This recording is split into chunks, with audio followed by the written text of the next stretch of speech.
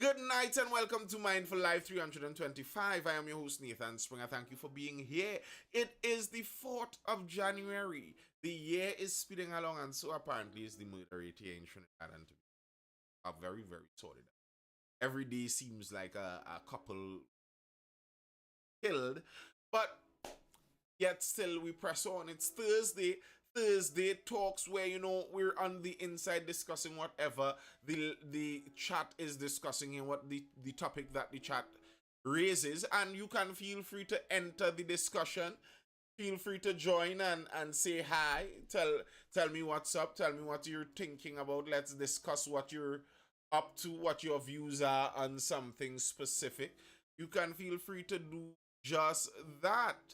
And make sure you hit that like button. Of course, once you're on the inside, if you're over there on TikTok, double tap the screen. That's how you hit the like button. You get it 2 times, pop pops in quick succession, and that's how you get that like. And you can like how many times you like. So keep liking. Send that algorithm up, and wherever you are viewing this, you regularly hear people say this, hit the like button thing. If you're looking at this on YouTube and repeat, yes, it actually does help the algorithm. Not just the cliched statement, it actually does help. So, take the moment out and just hit that like button, hit it over and over and over and over again if you're viewing this live over there on TikTok. And yeah, let's jump into the discussion. Trini Hotep already on the inside. What's going on, bro? What's good, man? What's good, man? We've been ducking. We've been ducking. Been ducking the chainsaw president now, way. El Salvador. No, not El Salvador. I say in Argentina. The Republic of Argentina. We've Yeah. been ducking afuera for quite some time now, way. It's going. Yeah. The man doing what he said he would do. Oh no, yeah. I think it's like he done chop like 11 ministries. Hundreds of thousands of jobs gone. That public service business gone. Argentina wasn't in BRICS. Was Argentina in BRICS? They were flirting with BRICS, but nearly all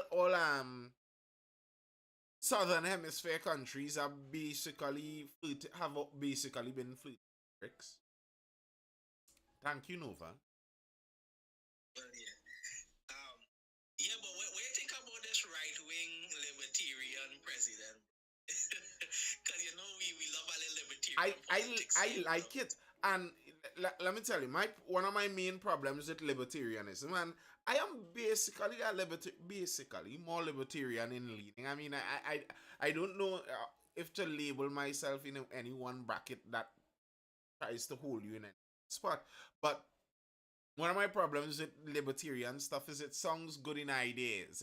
It sounds like, people who have discussed this at plenty but never really had to lead anything in real life, some libertarian ideas. So it's great, I think, to see some of the ideas, as it were, the rubber meeting the road in some of them. See if they do, in fact, pull back an economy, if they do work as it seems like they should work.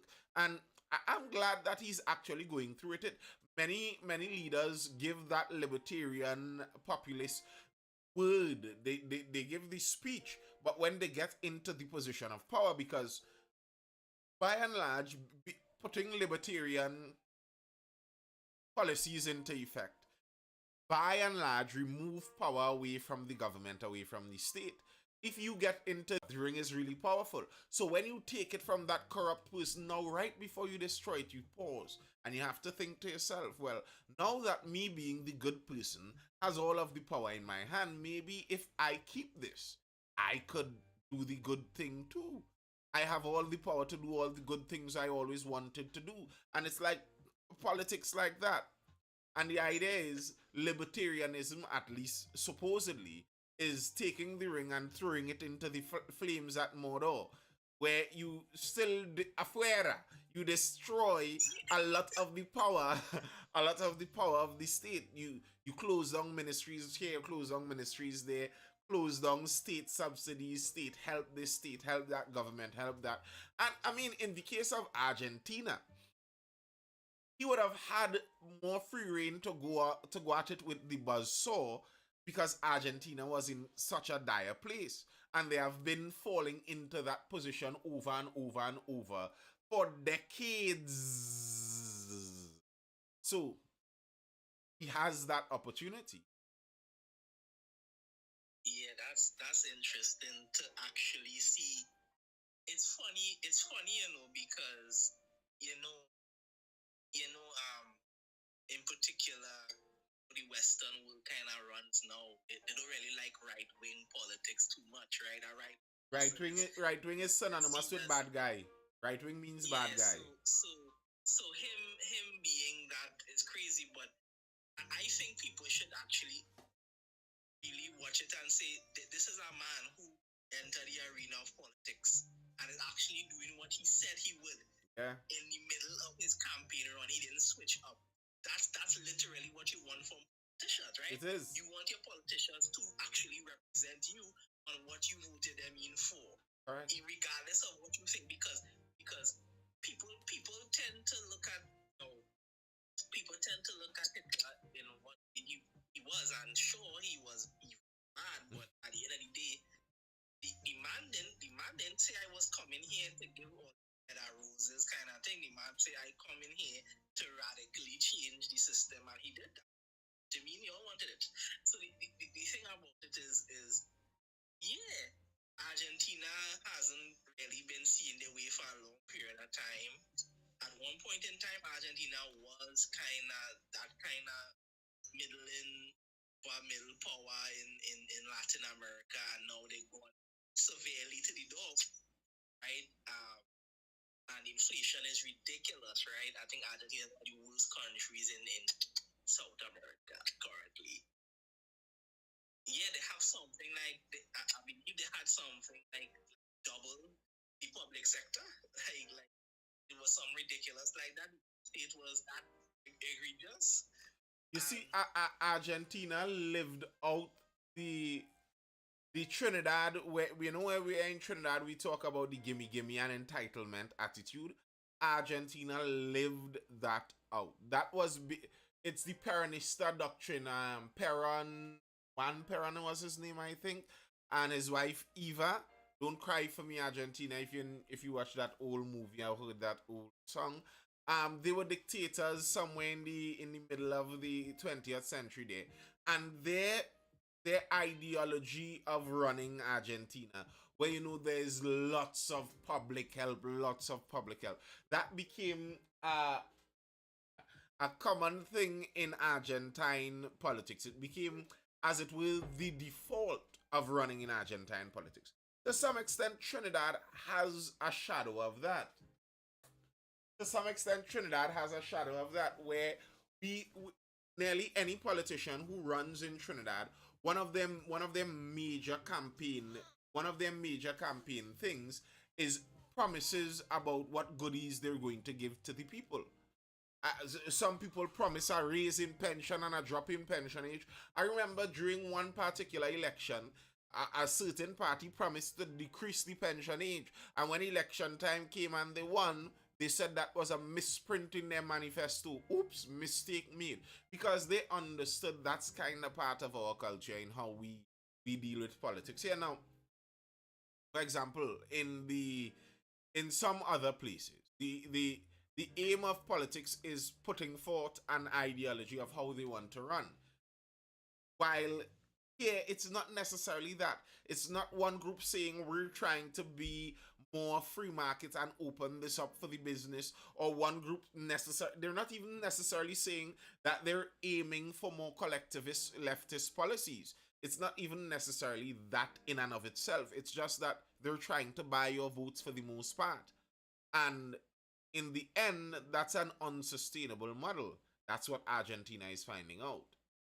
You cannot just buy votes by giving people goodies. So I think Argentina has one of the highest subsidized agricultural sectors.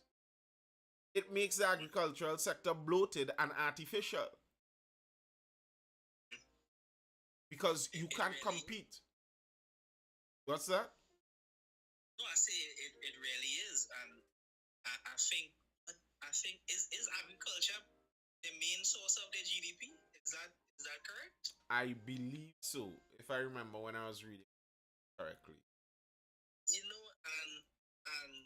when he was, when he was doing that little Afuera video, um, the amount of ministries that he was chopping up, I was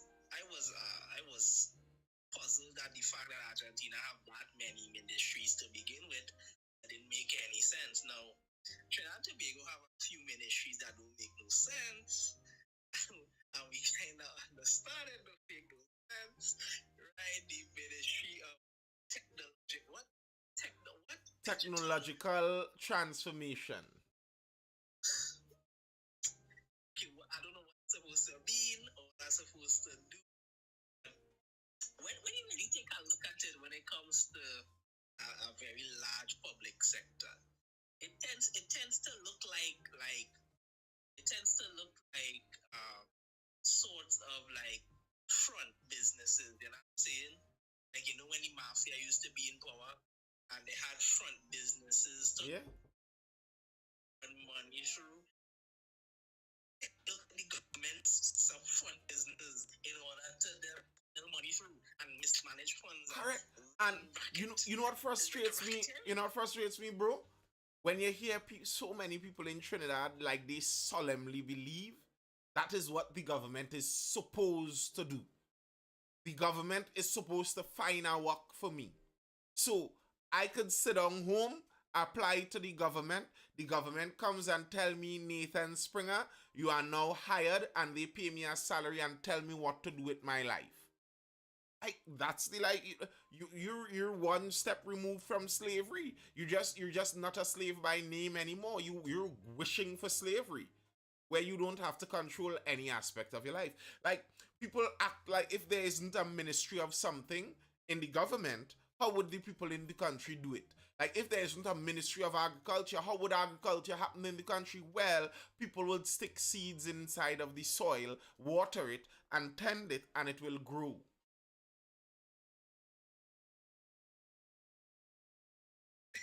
And I don't think people think that would happen. You see, go ahead. yeah. You see, I think it has come at a time now where government is so entrenched into the society that indeed we need governance, but it's so well upon the people that if we don't have certain like institutions, that it will just all into nothingness, like if people wasn't doing it before. Like when agriculture came about as a technology, humans wasn't doing it before. We had a ministry or some lord over agriculture or some lord education. We need a ministry of education in order to educate children. Like if people wasn't educating children before, a ministry of education was happening. Now, I agree there's some ministries that we need, obviously, like Ministry of Finance, possibly, uh, like maybe. The attorney general. Attorney General need that, of course, need a law because, right? Everything else to be the Ministry of Sport and Youth Affairs for what? For what? For what? People going to do sports now. If you're talking about international thing when it comes to sports, maybe funding for sportsmen and then athletes, maybe it comes to representing a country, possibly. At the AED, come on. I think the TTFA could stand on its own 2 feet. I mean, of sport. And the ministry is meant for checks and balances. The ministry could only be meant for checks and balances if the government is using taxpayers' money in that avenue in the first place. If the government isn't using any taxpayers' money in that area, there's no need for a check and balance. The only reason you need to check and balance what is happening in education is because taxpayers' money is being spent in education. Now, I'm not even necessarily saying that you don't want any taxpayers' money spent there, but bear in mind that is the reason. They're creating the problem and then solving the problem. So you can't say that this problem is why I'm here while you created that problem in the first place. What we could ask is whether the creation of the problem is super necessary. So, as you were talking about the training hotel, is the Ministry of Labor necessary? Do you think that you want a governmental group that has some say over the labor policies in your country? That might be something you want to do, especially in a country like Trinidad, where we are a smaller country and we have larger multinational companies coming in. You may want a governmental sized pressure group to deal with labor policies there. You might want that. Those are the questions, but not just that they are checks and balances. They were created as checks and balances. Troy Charles never had formal education, and look at his impact. Well, wonderful for that. And I'm always a fan of that kind of thing. That the whole idea of formal education, very often, especially in the modern world, is exaggerated in its necessity. Property tax paid in Tobago going to the THA like the boroughs in Trinidad. Well, I've learned, as I've said before on numerous occasions, that the talk about property taxes going to the boroughs and going to the local corporations is talk. They're actually giving you a 619 kind of way there. It's going to the corporation after it goes to the consolidated fund, after it goes to the national piggy bank. They're promising that they're then going to give more to local government. I don't want that. I want it direct. So I would have loved if Tobago property tax went directly to the THA. That would make sense to me. But I don't think that's necessarily where it's going. Oh, another question I have, and I'd like to see someone answer clearly. I don't doubt that the answer is out there. I just haven't seen it clearly stated. I saw the discussion, the back and forth with the Minister of Finance and an opposition member, and they were talking about the deferral of the, like, if the elderly people can't pay and if there's a deferral. And the opposition member insinuated or said quite clearly that the deferral would be piling up. When they say deferral, do they mean that all of the property taxes accumulated by the deferred payments would then need to be paid by the person who inherited it? If so, that's not really a deferral like that. That's basically a setup to seize property from people. And it is in fact an inheritance tax, like the opposition was suggesting. So I would like it cleared up. If the deferral they're talking about from the elderly people who may not be able to pay is something where the taxes would just resume at the monthly rate when the person passes on to the new person who inherits the property, or would it be something that is accumulating over time? That's a recipe for foreclosure. Correct. That is what it is. And if this government is going down that road, they will lose that next election, I think. Because a lot of the things they've been saying at the beginning to make the property tax seem more sensible aren't lining up anymore. So many of them like to talk about property taxes elsewhere and this place and that place. For one, in the first place, if you're talking about property taxes elsewhere, talk about their standards of living and their average salaries also. Let's be real. And what people have a problem with very often in the property tax isn't paying money to get services done. If the property tax is $400 per month, and I could pay $400 and see $400 in services done for my community, I think the average person would not mind that. The problem most people have is that they feel like you're going to be taxing them more and continue wasting the money in the typical government fashion. So I'm going to be paying more taxes and not get any additional benefit out of this. That is the problem, not the taxes in and of themselves in a vacuum. It's what am I getting for it? So you promised that initially the purpose of this property tax, like in many other places across the world, is to help the local government. that local borough, that local municipality, when you live in that area, you should be paying some kind of property tax to help maintain the properties in the area. That makes sense. But does the property tax go straight to the local government? Well, according to the people I've asked in governance, that's not what's going to happen. Yeah, positive. I don't know much about how the borough thing does operate. My suggestion is when we hear the proposal of a legislation, it actually gets to becoming a bill, an act of parliament to be proclaimed and so on. That time period in between where those changes happen, do you think it is purposeful that the amount of information disseminated to the public is highly tapered, centered, or tailored? So we always believe what was proposed is what's actually in the legislation coming out at the end. Yeah, that's a regular thing. And to be fair, it's not only locally that happens. In the United States, that's one of their top moves. They would label a piece of legislation the giving candy to babies and treating everybody nicely bill 2024 and stuck that bill full of all kind of madness, maybe drone bomb a few people across the world inside of that bill.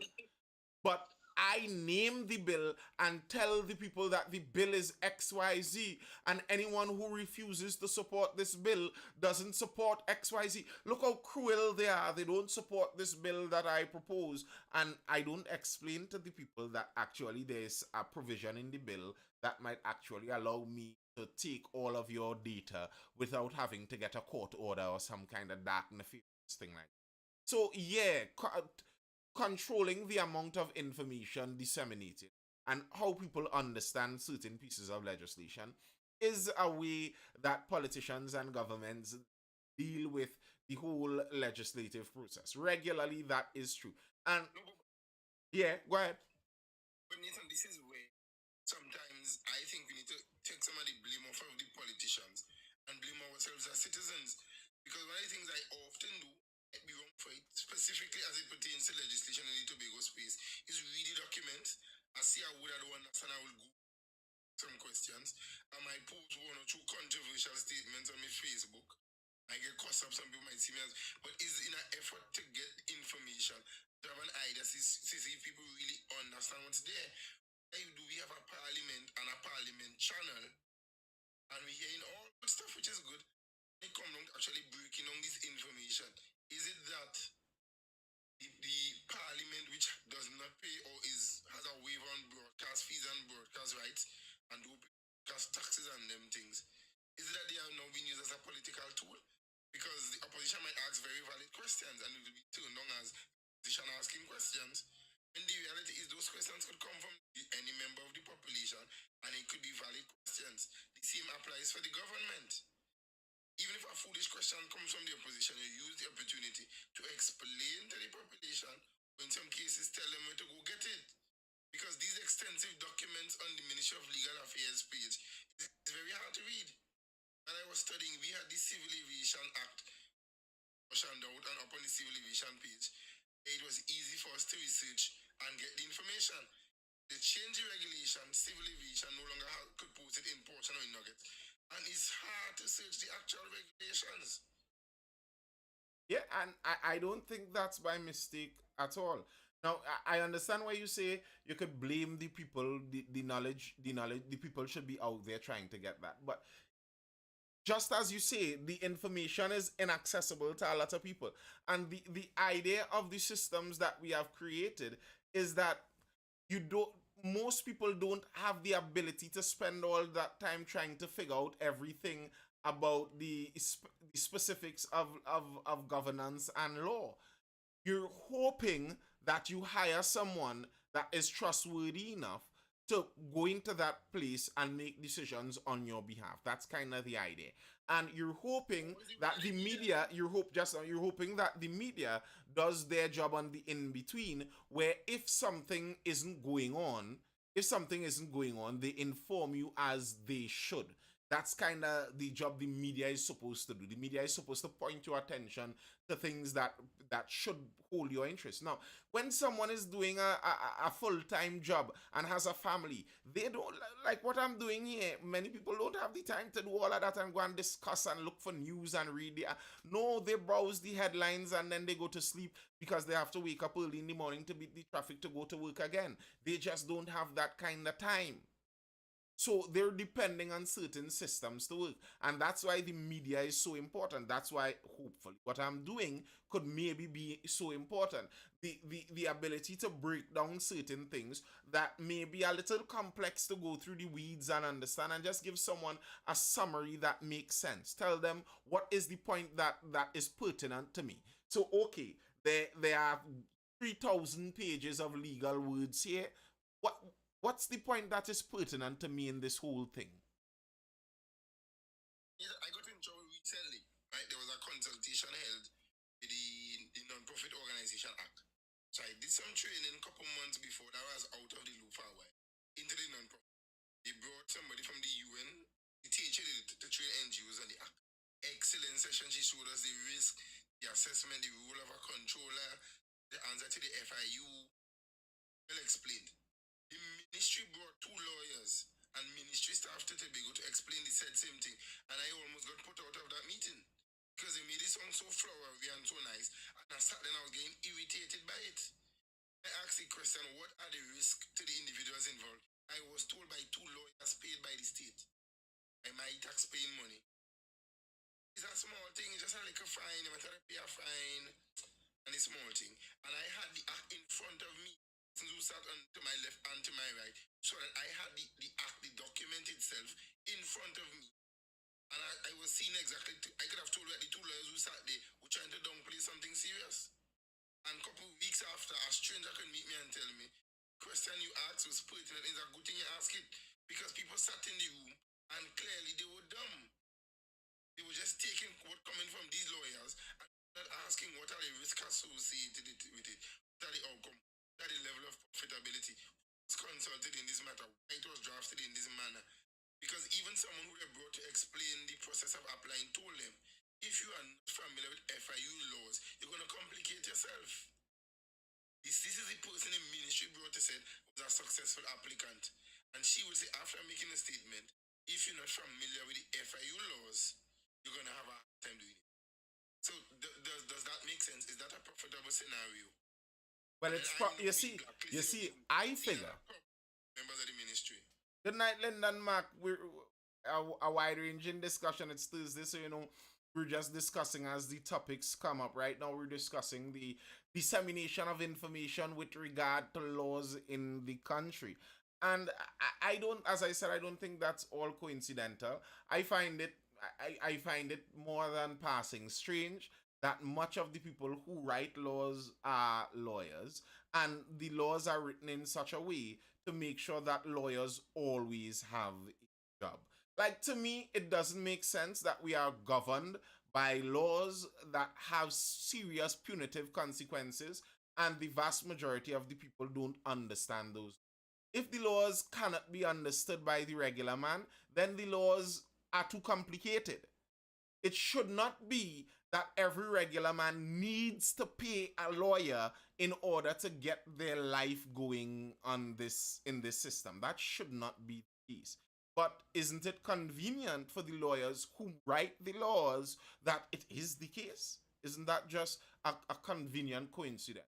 Like, something I've been thinking about recently. Isn't it strange that the one of the people hardest to show that they're breaking the law in a criminal organization? It came to my attention after someone was talking about this when we were talking about crime here in Trinidad and Tobago and the lawyers and the judges involved. Isn't it interesting that a lawyer could be a member of a criminal organization, and by the time when everyone goes to jail, he is innocent because he's just doing his job? Very interesting. Very, very interesting. And you can't forget that they are the ones who wrote those laws.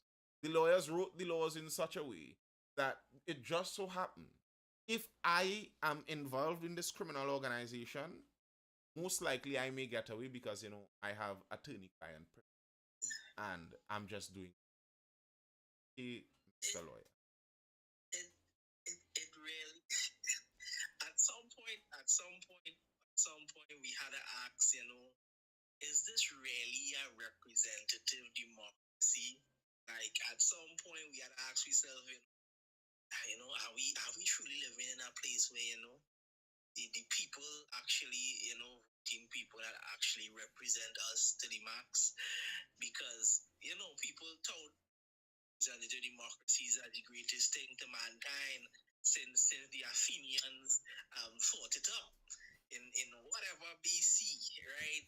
Right. So it, at this point, and my means democracy is not perfect, but it's definitely the form of government we love the most. But at some point, we had to come to say like, is this really representative? Because if the common man can't even understand the laws that we put because they're to even put in place, what is going on? Is this more of a oligarchy type structure? Correct. Or is it more It is. of a democracy? It is. It is. And you look at how the system runs and you see that the idea of the system is that these people are ministers. Ministers are a servant. They are supposed to be servant, like they're serving the country in this role. And when you look at the pomp and circumstance and extra adulation given to them, you understand this isn't a servant like role that they're taking here. It's more of a princely, kingly rule, monarchish kind of rule that they're taking. A lot of the democratic leaders live in more luxury and more aloof from the regular people than kings of old. They do. Yes, positive. This is one of the reasons why I admire Mr. Hojoy Charles to the level of, I don't want to say idolization, studying his life and studying his operations. You see the difference? Because this is a man who had no experience. He's not a certified lawyer, never ascended the bar. He has Act number 40 of 1996 in his hands and the Constitution. And he shares his experience with you. You get a clear view of exactly what was happening in terms of the legislative structure for the Tobago House of Assembly. And the man never got to a law school. And we have learned lawyers here that confusing members of the population basically. And then when you hear Mr. Charles speak, like, oh, it makes sense, and then you could see the practical element of it. You could see exactly what he said. You could see the repercussions. Like it making sense because it's adding up. You could understand exactly what is happening. Yeah, but Yeah, Lennon. Everybody. It's Good night. about things. I'm good, man. What is the actually coming up on your life, yeah? Mhm. Shout a very basic question to you and to your panelists and to everybody listening. What is law?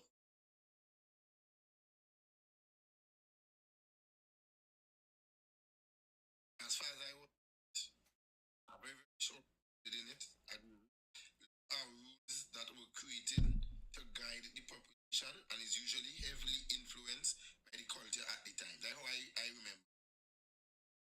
I hear you on your feedback. And you see, Nathan, this year, you see that question at that answer there? This year, if you ask this question to many persons, you're going to get many answers. Correct. Right? Law is simply land, air, and water. That is the correct acronym for definition. We have a number of attorneys. The problem is that they go to a school that was fixated to create a level of indoctrination into a system. Very recently, recognize that attorneys today and say your leadership. Some still adopt this. Again, we are from laws of the 1800s. We are still considered, still Leviticus more tools, we are considered dead by our system. So this is why you recognize everything in the system now. It says you need to have a certificate, you need to have an ID, you need to have everything in the avenue of commerce is what they teach us. And this is what we adopt. So when you recognize that you have attorneys right, you say that is called to the bar. And you recognize they don't even have the simplest thing when And I'm saying this to you as an activist because I've recently been to the court, been to the system myself, and I recognize these fellows who go to the court, right, to say I'm standing trial for this and that. Do you know courts make no decision to ensure that these persons who are tried before the matter understood the nature charges that they're facing? Even when it starts to the first part that says this is supposed to actually read you because they're supposed to Mirandize you, but we don't have exactly Miranda rights here, but we have rights like that. And you're right. A prime example of that I was reading recently, just to compound on the point you're saying there. The man who was murdered in Carnage, whose family is a social media influencer, Boy, I think was his name or something like that. I was hearing they were talking about a court case he previously had, where he was arrested and charged and brought to court for kidnapping and theft or something like that. And it was revealed when he arrived at the court that he was illiterate. So it was obvious that the confession the police got from him couldn't have come from him. Couldn't stand in of law. And you know why? We are still the problem. Have you ever heard the statement? An ignorance of the is no excuse. Yeah.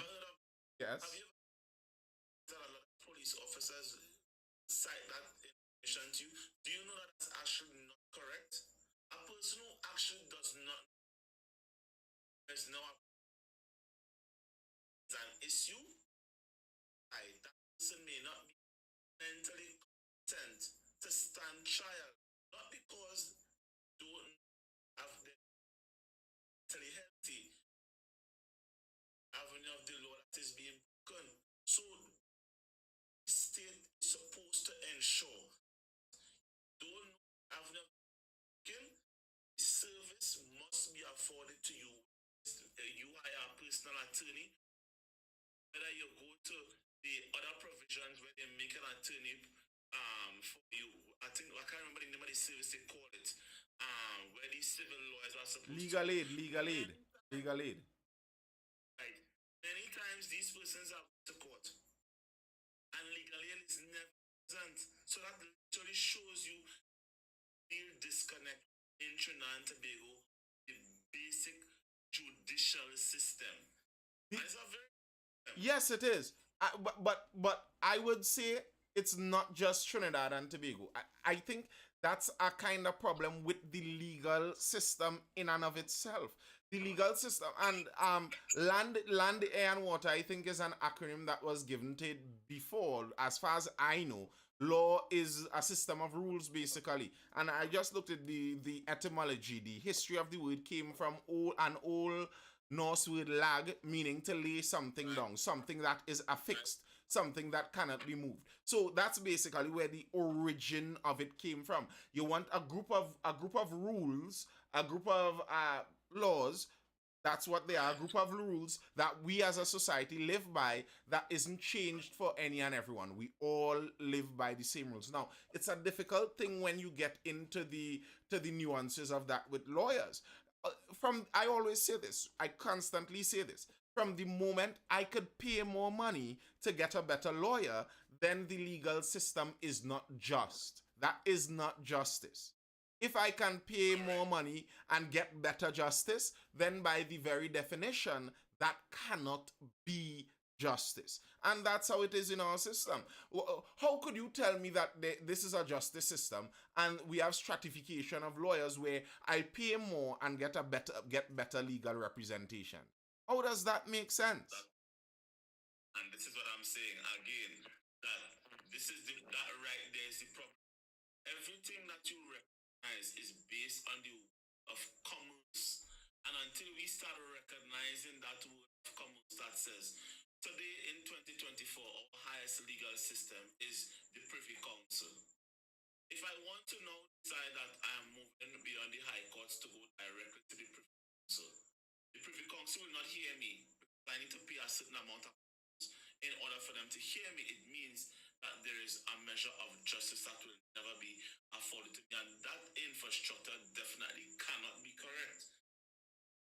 Most importantly, to Nathan, I've recognized in 2020, said this for a while now, we call evidence gathering by the Trinidad and Tobago Police Service simply putting something on paper to go to the court of law and say this is evidence.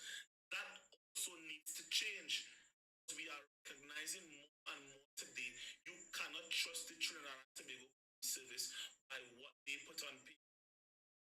A real first will to be done into the service, you will recognize that the Ministry of National Security does not have the infrastructure to monitor their officers in real time. So you have in a situation where you're saying, okay, you're going, and you are saying, listen to this, that Trinidad and Tobago, according to the Constitution, still recognize that is the highest power in the land. You make a and swear to him, but men out there who wear the uniform church, they're not directly, if you understand what I'm saying, they don't really prosecute you for, if you utilize obscene language, they want to put you into court for it. You have to recognize and that they just the standard. So imagine Nathan, a policeman coming to arrest you and say, wait, and for obscene language, but outside, because the worst obscene language in the world. Outside of his uniform? You mean inside his uniform? When he's wearing the uniform, he might claim to be law abiding. Outside of his, he's still guilty of the same charge that he's bringing. What I'm saying is, many police officers wear the uniform and cussing people from aside. They might be charging you for obscene language while they cussing you. Mid-cuss, they're giving you a charge for obscene language. So, yeah, that's true. Now, here's a problem I think the Privy Council creates, a kind of intractable problem in our system. We now have a system here where our lower levels, the law enforcement and lower level courts, are based on the Trini systems.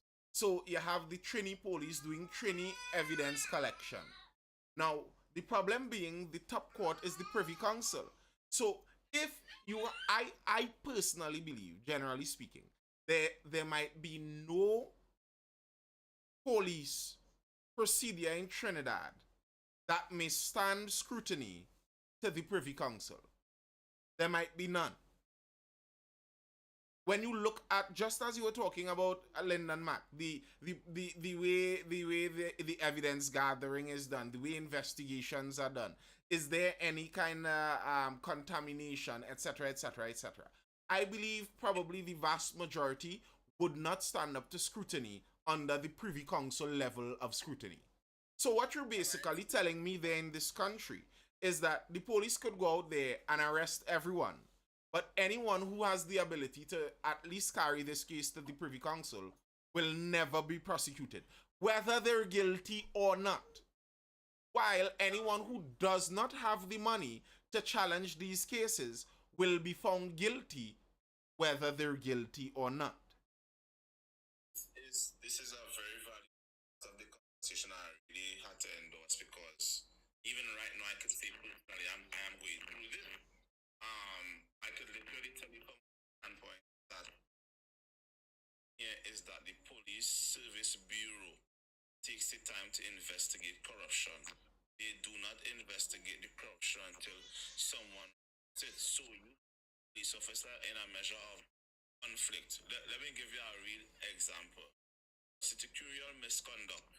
Yes? You bring evidence before the court in order to prosecute a case. I can tell you right now, I have been through it, right? I have been arrested, and you know, now that my situation is over, it reached a situation whereby now I have a real claim after the state to seek for damages. Now, Nathan, this is the issue. Even the state attorney that recognizes they are representing the interest of the state and recognizing that officers are actually guilty of misconduct. These things are not to light until Police Standard Bureau gets involved to really investigate their own officers, and it leaves a big room for because that will mean if I am going through that, there are a lot, 4 or 5 thousand cases right now, and I'm going through that. I had an recently said to me, he went in front of Parliament, in the Parliament to listen to sitting. He was not on the list. And before you know it, he was arrested. The judge sent him to St. Anne's. And I asked him, why what to go to St. Anne's? He sat in a jail cell and then went to St. Anne's before going to court. That's basically how I understood the story. And at this point in time, he needs to go to court so that he can get a real idea of what's going on with his matter. And just going through that alone and hearing what he's actually saying, you recognize that there are real problems in the justice system, that police could arrest you and put you in a jail cell, and it's only until they're ready to carry it to court, they're carrying it to court. That is what's going on now in this country, and it's so bad. So it's a lot to know. I will say to you, the justice system could not be fair. It's only until we stand up to demand that there must be a level of fairness by the judiciary, it will happen.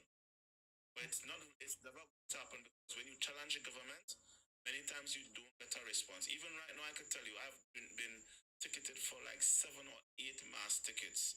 Nathan, do you know, in the judiciary, asking to go to court now to challenge the government. We can't get a court date, not even a response. The only thing we got is an acknowledgement that says, we acknowledge the receipt of your letter, and that is it. You understand? So, it's a problem. I think what will bring up this change is anarchy probably will have to override this current infrastructure, but not for real change. Because if you look at the history, change has ever been achieved through what we call compliance. It has to disrupt the system in order for real change to make. That's just my personal view. I understand. I understand. Yeah, go ahead, positive. Go ahead, go ahead. Then you make me think of some questions. So I am now thinking, it's a deliberate attempt for us to know some of these basic laws then? Because I know one of the things you would find in the US is, when it comes to traffic procedures, a lot of the US population know traffic stop is supposed to go. Locally here, we don't know how things as work. Well, you see, Is it positive. the police service to be educated on the laws and on their own internal regulations, so we have something to judge their performance against? I don't want to. I don't want to believe is that, but it effectively works like that. And I have been lamenting about this for a while now, because part of the problem is our very legal structure, where a lot of laws are kind of subjective. They're nearly up to the law enforcement officer on if, when, how, and that's not a good thing. Just as you were talking about, you want it to be that someone has a clear guide to how this is supposed to go. So if it doesn't go how it's supposed to go, I know that my rights are being trampled upon. But we don't have that here. Can I say to you, as a civil rights activist, I can say to you, it is here. It's the problem. According to the Motor Vehicles Act, there is a clause in that says automatically when the police pulls you aside and they ask for your license and insurance, that you have to produce it. And because when you that many drivers go for the license, they learn that basically in the rule given to them. Everybody goes out understanding that. Once a police officer pulls you aside for whatever given reason, that officer has an articulated reason or suspicion for pulling you aside. It is a violation to restrict your movement as a free citizen. Because citizens do not know that, what automatically happens is that when the police come and say license insurance, people have the adapt to now take it out and produce it. But when you directly challenge the officer and say, is the reason that you're pulling me aside? Now that brings a different conversation. Now the reality, Nathan, that law also has to be adjusted because it violates the human rights law directly according to the human rights legislation that Trinidad and Tobago signed into under the United Nations. So by right, if you're being stopped and you're being asked to pull over, the fact of the matter is the police must have reasonable suspicion as to why you are being pulled over.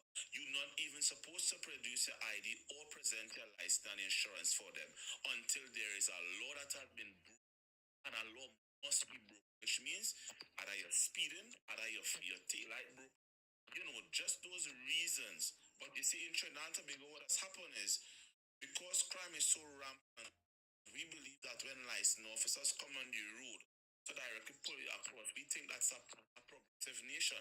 It is actually not, because we know directly that cars are to be inspected every year. The simple sticker on your vehicle should be able to let you know that your car not inspected yearly or every 5 years. So we are not progressing as a nation, and what people need to understand is the basic human rights under nation. A police to pull you aside is a restriction of your movement. When that happens, you have a right to pull out your camera and record because they are not acting in their private capacity. For me, I tell everybody to do that because you would recognize we just spent money on body cameras that are going nowhere. Even right now, I could tell as a civil rights activist, we don't even know what is the procedure if we have to call into question cameras. Because many times they're not. Gary Griffith had a problem while he was in commissioner of police, and clearly Ula doesn't know from a foot, so nothing was going to happen with that. Do you understand? Linda, I want to jump in here and ask you a few questions because, well, as you share, no ideas would come and think I know the assessment. So, one, is it that we should make dash cams and reverse cams a mandatory one? Two, sometimes asking a police officer a question could be deemed as annoying language, and you could get charged for asking an officer in a very calm, normal, kind of tone. Just before you answer, Lyndon, this was what I was saying. The laws of our country are so subjective in nature. Annoying language. That's why you don't want obscenity laws in your country. And I understand that you don't want people cussing everybody. But you don't want it to be that words could allow the police to arrest someone. In Trinidad and Tobago, that's horrible. That's horrible. You don't want that. I want it to be that the police, somebody could stand up in your face and cuss about your mother and you have to smile. That's what I want. That's the way it should be. Because the word doesn't affect you or the crime situation like that. But our laws, just now, our laws are not framed in that way. Our laws are mirrored coming down from that more British colonial monarchic system where we aren't all free individuals equal at the same rights level. The idea more of the US and those kind of that kind of nation. You're under the bounds of the law and the legal system here. So the law is the law. How many times you hear police say that kind of nonsense? The law is the law. No, it shouldn't be like that. The law, it should be something that governs the country to make it a more peaceable and functional society. And if the law is going against that, then it should not be the law. But it doesn't matter to many officers. The law is the law, and they will implement it as they see fit. First, let me just address positive. You saying that, you know that everything we signed on the declaration that says your freedom to speech, freedom of expression is not applied. There's no such thing as annoying language, and it is actually seen language that you utilize. And this again shows you that there's a direct conflict. There's a conflict with respect to you having the right to express the freedom of expression. This is them saying you can't utilize the avenue to curse a man. These things have to be challenged, but who stands up to challenge it? You know? Secondly, as my brother was saying to the bottom, I very fully come to it's what driver needs to be doing. It is advisable that you do have dash cameras in your vehicle so that you can let me say this to you. Do you comes to police vehicles and monitoring police vehicles in Trinidad and Tobago? The Ministry of National Security does not have the power to know where it is at every time. Nathan, have you in Trinidad and Tobago citizens who knows average response time it takes for a police officer to respond to an incident? Had something called first audit in this country, and it's only until you start doing first audit, a first amendment. Can't amendment say in the United States they call it a first amendment audit to assist the laws to see if it is working in real time. Yeah. So in other words, every amendment of the second, third, fourth, fifth amendments for us is going to be the human rights. Test it against a real system that does not work. To have systems to audit these things, and this is what these ministers cannot talk about. So you will get away, but to positive, I will endorse any driver. Get a dash cam in your camera, have it working. You just never D for your front and have fear review so that when police officers come up abruptly could record them. Court, these things have to stand up.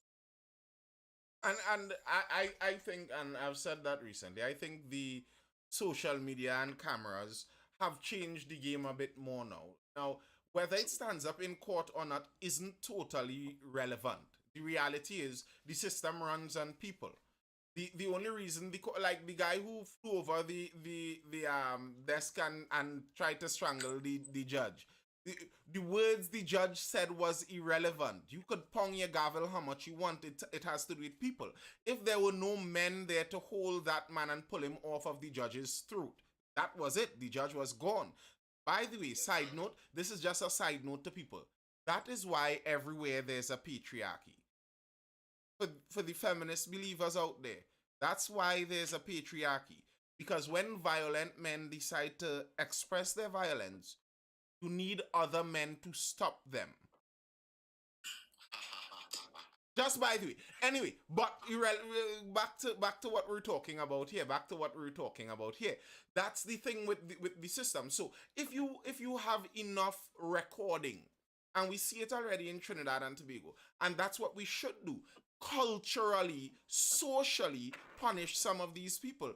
These officers have to have family members. They have to be parts of communities. Show them being idiots to the entire community. Let it be that as a foolish police officer must know that everybody in my circle knows I'm a fool. When I go to buy KFC, the KFC cashier showing the other one the video of me. Watch this. And I always have to wonder if somebody's going to spit in my food, if somebody's peeing in my gas tank, or doing me something vindictive because the society knows I'm a horrible person. And I think that level could, at least where you were talking about Lyndon Mack, the anarchy was the word used. And I think that level is enough as it stands in a country like Trinidad and Tobago. Because we already have a strong social media presence.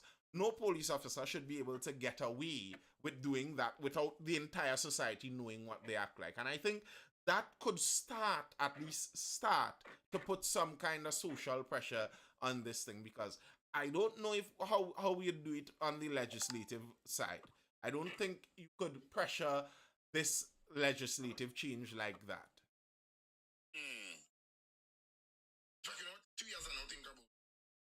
Discussing laws, we have law, for law.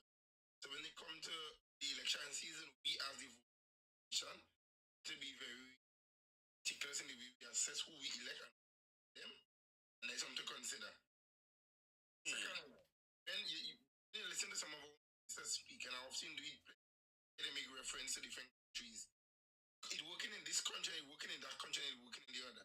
When you really analyze culture of the country, analyze the whole system that they're making a reference to, is that they've been, because we speak to the US system, but it comes out, man, the officers probably didn't like it initially. It was legit, it was bill law. So do have come and you as the officer take the phone. Does no really practice until change the culture until they realize, okay, this body can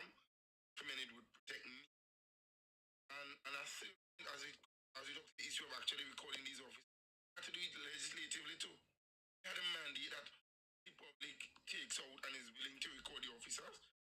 Officers can't have the authority to box phone out of people to arrest me, obstructing an arrest. To be clear in some of these things, Well, is obstruction of I think that one is already pretty clear. It has been said over and over and over and over again that it's not illegal to record a police. And once you are not on the crime scene, they can't do that. Generally speaking, they could be punished for something like that. A police knocks a phone out your hand. That is assault if they don't have a good reason for it. Positive. That's a very, very good piece of advice. I really think in numbers of the community that says must be mandatory for police officers to wear the cameras could really affect that change, but it's going to take work. It's going to take a lot of work, and really just needs is not no American petition coming system for a group of to meet together, draft that information, and then you get all the signatures of all citizens for it. It is beneficial for the society, and then you could now to before the judge. You don't even need that. It's just simple to write a document to the court to have the so that we could have to be done through a judicial review. Ministers must go to Parliament, Central legislation. It says all come up. It is mandatory that you must wear your body camera once you're on duty. Yeah, because that's the only way you will be able to get some real during the actions of their behavior. I have a question here now as well as sharing officers of assessment. From our standpoint, you make these laws perfect. Because if you have their security around them, they're living in gated community, these legislation wouldn't be important. You might look for more big ticket items that to them as individuals and not communities want to because we saw an attempt to the Andrea Barrett case and we still don't know what was the outcome.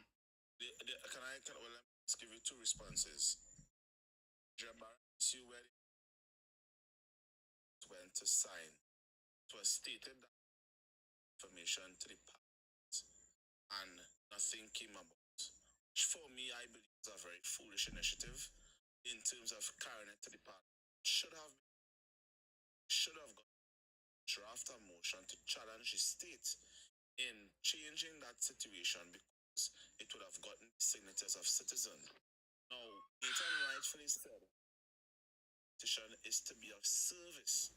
So, when is that if you carry a petition to the court, petitions didn't shows you petitions are there for their own interest.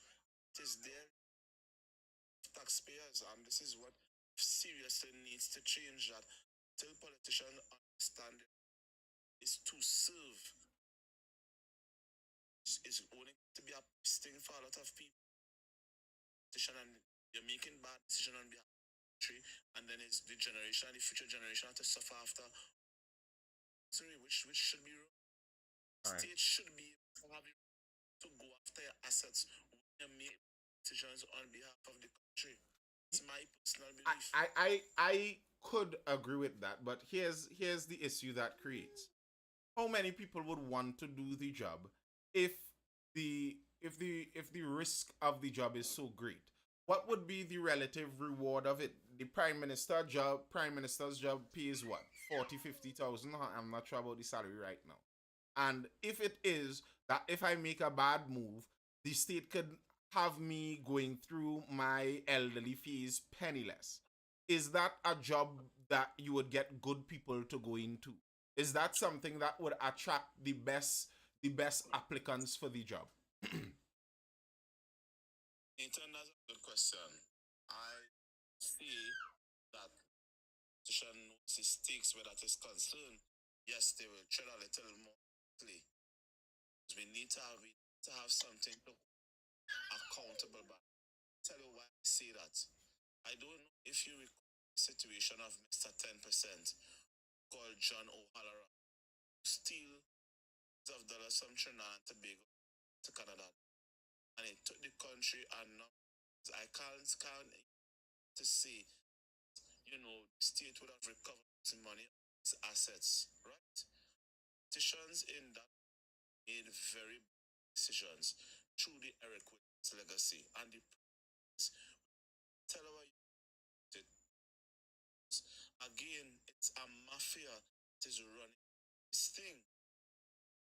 Into history and recognize that embezzlement is happening at the highest level of office. Recognize that it is faster to bury those things under the again to stand up to prosecute them. Killed. This is why Selwyn Richardson was killed. Well, yes. I'm aware that Trinidad is. I'm aware Trinidad is very dangerous like that, and we know Dana Sita Hall was also murdered in similar vein. So I'm not ignorant of that fact. What I'm talking about is, like, for one, embezzlement. Obviously, you should be able to get back the resources from someone for that. That's a crime. I'm talking about where you talk about bad decisions. Bad decisions aren't necessarily crimes. So let's say I was the prime minister and I decided to stop the trains like some genius prime minister did in Trinidad and Tobago. I consider that to be a horrible decision. But should it be that we could make you penniless because you made such a bad decision? I don't think bad decisions should have those consequences necessarily. But sure, criminal decisions should. Yes, decision should. And to that saying, it system is set up in Trinidad. It is never going to happen. Do you recognize that two things in Trinidad and Tobago cannot work, is never working? One, the office of the Attorney General, where that is supposed to be balanced between the way they to keep the government at bay to ensure ministers themselves are not breaking the law. We have a system that says, upon appointment of the Prime Minister, Attorney General, those things have to change. Upon the appointment of the Prime Minister, you can become a senator. Those things have to change. Those are real offices that should not have that influence over one man to put into office. So you imagine there's a parliament that says it is the lower house, it is the upper house. The upper house that contains senators are done by the appointment, then you can't get anything done. Those are supposed to pass from the lower house to the upper house. That is not the way the parliament is functioning.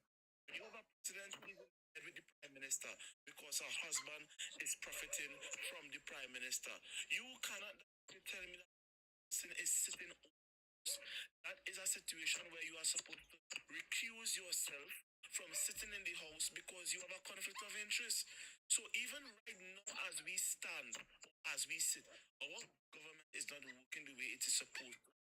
Not many people grasp the understanding of how the parliament is supposed to work and function. Lyndon Mac, I think some of that is has to do with with being lost in translation, and that may be a fault of borrowing political systems instead of maybe creating your own. Maybe the ideal for every country in the world is to use some form of political system that you see somewhere else, but tailor it self-made for your own. What we did here is basically we hopstopped the British parliamentary system and we brought it here, and it doesn't work for the culture that we have. The idea is supposed to be that, well, in the British system, the president is more the king or queen, as it was. And that isn't someone directly under the control of the prime minister. And then you have a separation between ceremonial head and administrative head. And now you could insult the administrative head without feeling like you're insulting your country. And that's kind of a sensible thing to some extent. The No, I don't think it's an oxymoron because in the British context, if you understand how humans function, that actually makes sense. Humans seem like they have a need for that ceremonial leadership. People like kings. People like kings. It's a sad reality, but people do. So if you are able to, like in the United States, they're struggling with that problem right now. Their king and their administrative head is the same person. They have that one president. They don't have that separation. So the president gets that ultimate adulation or ultimate hate kind of position. If you have it separate, the idea is you could have the ceremonial head where you go to all the marches and parades and patriotic things, and we could still have that sense of patriotism while we could pelt our administrative head with rotten tomatoes because we don't like how the country is going in the economy. It gives a certain kind of separation there, which, if you think about it beyond surface level, you think about human psychology, you understand the philosophy of why they would create a system like that. However, you try to translate that to Trinidad and Tobago, where now all it really is the prime minister choosing the ceremonial head, and that ceremonial head now chooses everyone else. So it's basically the prime minister choosing everyone. It's someone now with ultimate power in that prime ministerial position. That is not what was supposed to happen when someone gets a position like that. It's supposed to have the checks and balances of independent offices around him. If the president was an independent office, then the commission that hires the police commissioner, the police commission is hired by the president. If the president was an independent office, then the police commissioner would be seen as a more independent office. The president hires the public service commission. So if the president was an independent office, the public service itself would have been seen as a more independent office. The Public Service Commission now hires the workers that furnish all of the ministries. Now, if you had a Public Service Commission that hired workers on a neutral point of view, at least from the perception point of view, you would trust more that a ministry would do what they say they're doing because you know the people in there aren't just loyal to the government. But that's not the case that we have now. And I think some of it is a lost in translation of taking a parliamentary system and trying to force it here in Trinidad and Tobago where it doesn't fit exactly. Yeah, go ahead. He made a statement earlier as it comes to holding some of these high officials to a concrete agree is necessary. Sometimes they do a lot of work that we don't see. They do a lot of things that we generally. And when I say don't see, I don't mean from a nefarious point of view. Yeah, when they have 1, 2, 3 o'clock meetings, we consider that.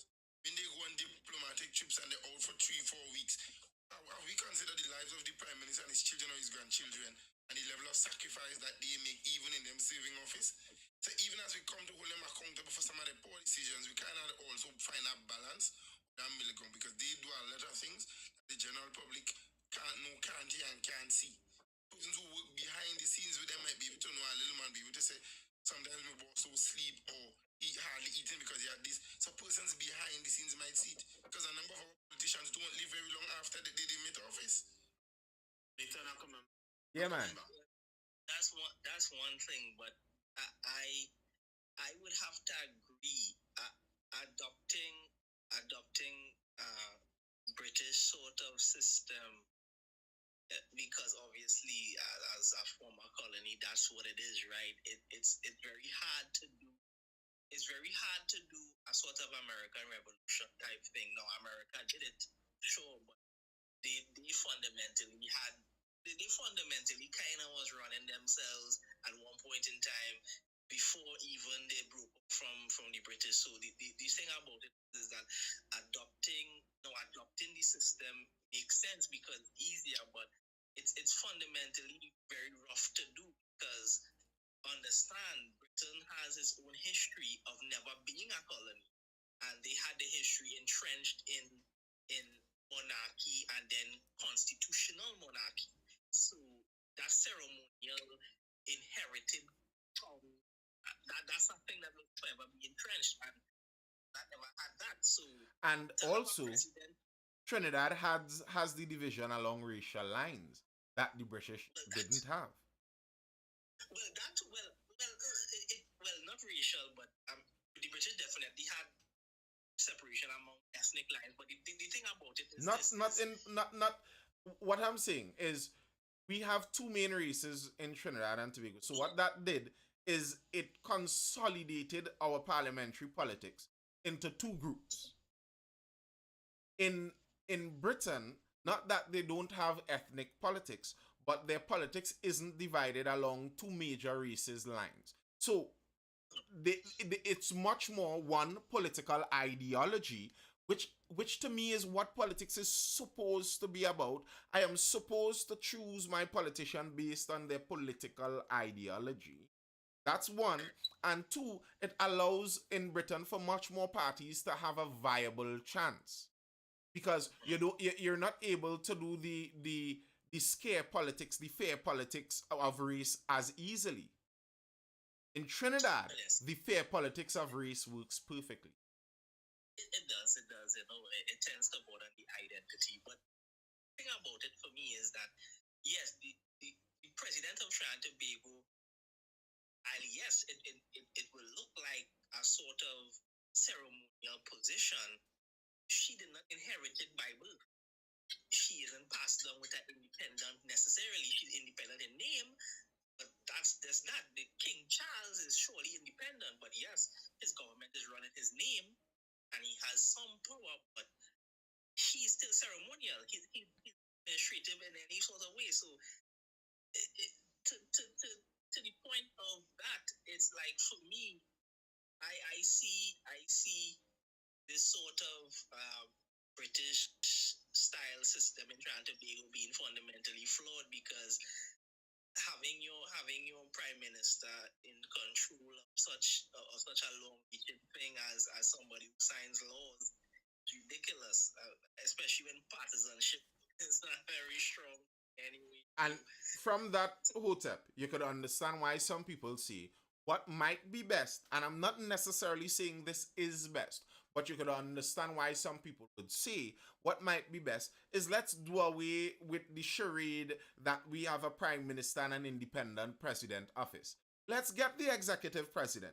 Give the prime minister that executive president power that he already has in effect, and then we could create a system of checks and balances around the level of power that we give that prime minister. So the executive president is like what the United States has, and they have the other branches of government to have checks and balances towards a president with that kind of power. So the Senate isn't appointed by the president.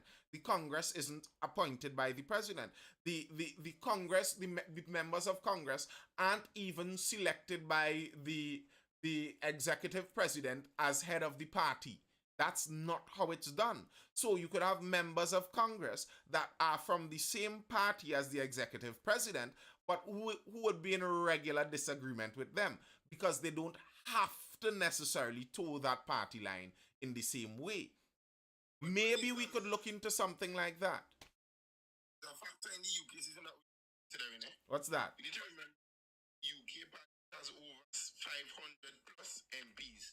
That's one of the factors that Size. also plays into government and opposition in the UK system are coalitions on both sides that could change prime minister. So also need to consider UK parliament three distinct accents. So you can get the English, the Scottish, and the Welsh. So it's very easy. The actual dynamics of Westminster is so diverse, it's so different. Trying to apply such a small, I don't want to say small, but when I say small, Yes. in terms of size, economic impact, sense. If I have MPs and politicians, it's a little bit easier to have chains, right? To have people in the flow. It could be, because you have to look for compromise. We have a system, organization, tell a point flank, even alone, we don't really care. Yep. We do anything we and we find that ideology now is going in a direction, and then more, and it goes swing to that direction. And the other direction now, had to strike some form to actually get into governance. All right. And then they go find out. And then halfway through the process, somebody can't get where they want to go. And state, the country basically could go back into election because of that instability. There's critical factors we had to analyze. You see, positive. The thing too about British Westminster system in the UK itself is that it's very fundamentally different to how many other countries who run that Westminster system kind of operate as well, right? When you have a House of Commons and a House of Lords, and we're talking about people who have been appointed solely because they have like basically ties to the land itself. You know what I'm saying? It gets real interesting when you look at the UK Parliament. That the fact that 500 MPs have to fight for the right to sit down side of there and argue their political ideologies. Because if you really watch our parliament sitting inside of the UK, these people fight to talk. They fight to talk because they're fighting to stay where they're supposed to be because they represented the people, and people will surely shut them down. The Trinidad and Tobago is different because let's believe I've actually been to UK Parliament. I've actually been to sitting in the UK Parliament. Exactly. I was in the UK just after Brexit. So we was able to first and experience some of that bickering and some of that whole point thing. Right, so now we're talking about a Trinidad Parliament. I'm at the Pelta teacup in the morning, you all would laugh and stand, and then you all throwing him out because you all go say, well, oh God, you know, a teacup, and he just run the thing bad, man, in the next 5 years after that. You know what I'm saying? So to me, I say, bring on the federal style government, do away with that prime minister, give my executive style government. Make 3 branches, checks and balances, do away with the centralizing of and having this much power, and so that he could have bureaucracy running around as rampant as possible. Because at the end of the day, Bobby Beanhead is doing massive bureaucracy. That is just how it goes for me. Listen. We Trinidad and Tobago does a lot of bureaucracy. Yeah, we do. We are bureaucratic nightmare. You're always saying it there, and to me, that's how you kind of see what the difference is between the British and our system right there. Our system demands more loyalty than the British system. The British system has a lot of backstabbing, and to me, I kind of want that in my politics. Because I want the MP for my area to have our area's best interests at heart. And if the political party he was aligned with previously seems like they're leaning away, why stab them in the back? Well, no, don't stab them in the back, stab them in the front. Sever ties and go with another group who might have our best interest. And that's how you see prime ministers make one bad decision, and all of a sudden the whole system convulses in a certain direction, and they're out on their lonely bums over in Britain. While differently here, our style demands loyalty. And I always make this point. The MPs are loyal to the Prime Minister. The senators are loyal to the Prime Minister. The President is loyal to the Prime Minister. How do you get independence and good checks and balances when all of these offices, just by the very nature of their creation, are loyal to the Prime Minister? And to me, when you understand the creation of Trinidad with the elitism of the founder of the PNM, you could understand why we have that structure, where everything basically depends on the Prime Minister. Our founding, it may seem otherwise, but our founding basically was a semi-dictator for the first 30, or was it 20-something years? Basically. And we have a system that shows you how such a thing could have happened. Yeah, let me jump in a little bit to it, because one of the things I did was to investigate the cross-the-floor legislation. To basically indicate once you leave the political party, you seat your road on into the parliament, once you cross the floor, it automatically triggers an election.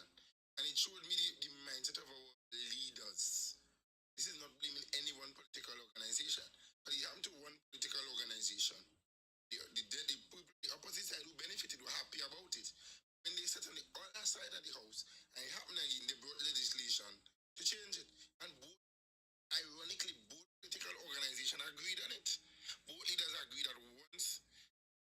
see with the political organization and you want to cross the floor, you automatically forfeit your seat. So basically, we create the loyalty in a case like that. It should be open. You know, your members could go say you're trying to please all your members, trying to please all your constituencies. That you want an election. So you know the resources will be shared equally. You will try not to have anybody being offended. Try not to have people protesting to remove the MP and that kind of thing. Because it forces a level of equality in the system. You have elitism, and I know I have 18 safe seats. I could see by my safe seats alone, I'm here let a business. 2-3 years before election, I will go into the swing, put on some work, had the minds of the people trapped there, and I go to go. If you do really sit down and study local politics, some elections don't get real easy. Yes. You go into the areas where people like free thing, get somebody to sponsor some free thing, you got a big company or whatever, to get some free money. In there with some food, with some herbs, different varieties, and they get people get drunk, some alcohol. You keep 2-3 parties, talk to them, feed them, and the possibility like you might buy them out, you might give them for a year and a half, the 6 months of the election, and then eventually they vote for you. So if you don't really sit down and study this system here, you would see why we're in this problem. And the areas that are loyal to some political organizations that subscribe to the freeness culture, you would see, ironically or incidentally, those are the areas where, because they don't supply them with long-term jobs, they don't supply them or empower them with jobs where they could earn a living. They believe in the dependency syndrome. Create a dependency, you're gonna have crime. I agree. I agree with all of that. The and you see it, the areas that are more politically dependent very often are more down. Kind of tells you a story. Tells you a story. You someone of the US politicians says the worst was it 6 words you could hear is I am from the government and I'm here to help or something like that. Government there to help is oftentimes a horror story. All right, people, we're reaching in there for the close. Are there any closing statements from Trini Hotep and Positive Radiation before we dive out there? Or was that your closing statement, Positive? Anything more? Sometime later, you need to look at that funeral today. It was very interesting. Look I at will. people's body language. Look at the responses from the audience. I think it's an interesting study, one. Two, I would recommend for us as a nation and as a people to just take what the media tell you or what legislation say they're doing, read the legislation and watch some more parliamentary channel. Fact. Anything there, Hotep? Yeah, be mindful, not mindless. Correct. 2024 is the year of afuera. That's not taking the chainsaw, the axe to this governmental nonsense. Because truly, it becoming a little, as you grow, I really realize you want change to happen. And at some point, citizens are trying to have to be fed up enough in order to want some actual change to happen. So yes, 2024, year of afuera, and I say axe to everything. Partisanship should be done. Party politics, loyalty to that should be done. Axe half of this thing, half of the public so they could go. I say that's how it's supposed to move for 2024 and beyond, because next year election. Yes. Next year like afuera. All 2024 that we're talking about. All 2024. Good luck with that in our system, sir. Good luck with that. All right, people, this has been the Mindful Live. I am Nathan Springer. Thank you guys for joining me. I'll be here again tomorrow evening for the next Mindful Live, starting around that 9 to 9:30 p.m. time. Be sure to tune in. I hope you're educated, informed, or entertained, and I'll see you guys again for the next one. Peace out. Laters, people. Bye.